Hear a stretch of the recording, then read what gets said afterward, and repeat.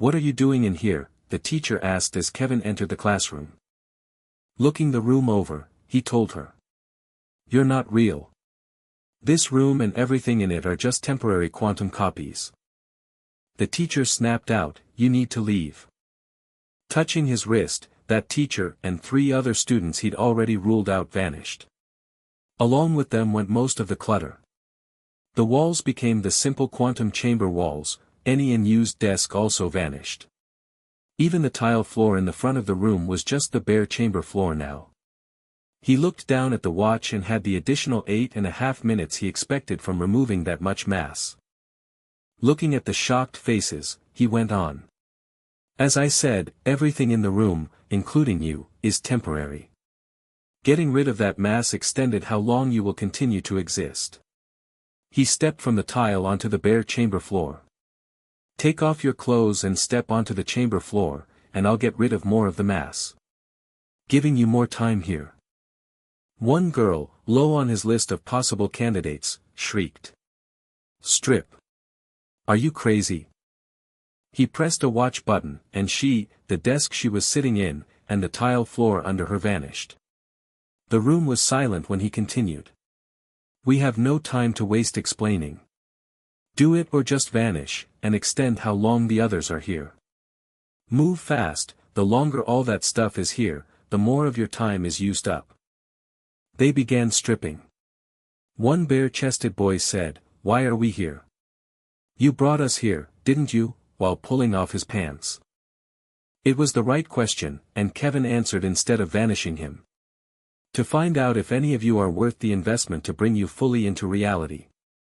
So, if we do as you want, we live, if not, we die," asked one girl, the one fastest to get naked and already stepping onto the bare floor. "More or less. And if you can't deal with that, then stay with the desk and vanish when they do." She froze, nodded her head, and said, "I can deal with it. I just needed to know how things stood so I don't fuck up and get killed." "I can't," said one half-dressed girl, pulling her pants back up. Kevin vanished her and everything near her, then 2 others that looked to be hesitating, one boy and another girl. The first nude girl to get naked asked, "So you want sex slaves," making sure he could have a good look at her. Kevin locked eyes with her, then looked at the others. "If I give you semi-permanency, then I will be your owner, responsible for your every action, charged with removing you before you cause even the slightest problem. Sex is a minor thing. What I am looking for is loyalty." "Semi-permanency?" asked one boy. "Yes, if you can convince me, I will give you a collar that keeps you stable in our reality and take you home. I can turn it off, and so can any policeman should you give them cause. Even the security systems of most buildings can shut you down, wiping you out of existence. If you can't learn to live like that, then you need to vanish now." The boy speaking shook his head and said, "I can't." Kevin vanished him.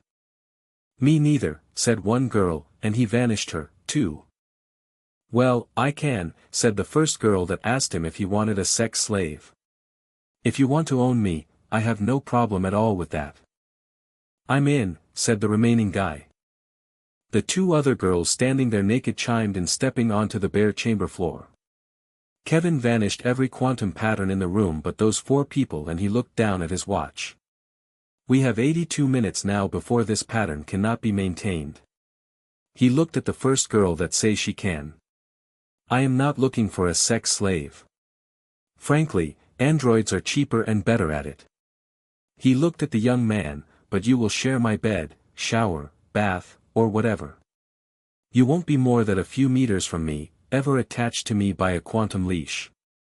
That is how the law on owning a quantum duplicate works." "When is this?" said another girl. "If we are copies, that means this is the future. 2187, 203 years from when you sat in that classroom. The law says no duplicating anyone from less than 100 years in the past, and only one duplicate can exist of a person without special need. The law looks on you as software, not people. Improperly working software or software that interferes in other things is to be deleted.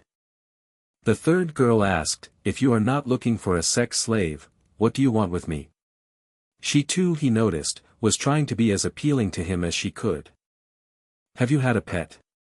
The first girl's eyes narrowed, and he went on. Owning living pets is now mostly illegal, and an AI pet does not fulfill that same need. If you want a pet, it has to be a quantum copy, something classified as software. If I am getting a quantum pet, I would rather it be a young man or woman, rather than a cat or dog. So which of you will make the best pet? I can only afford one collar and leash.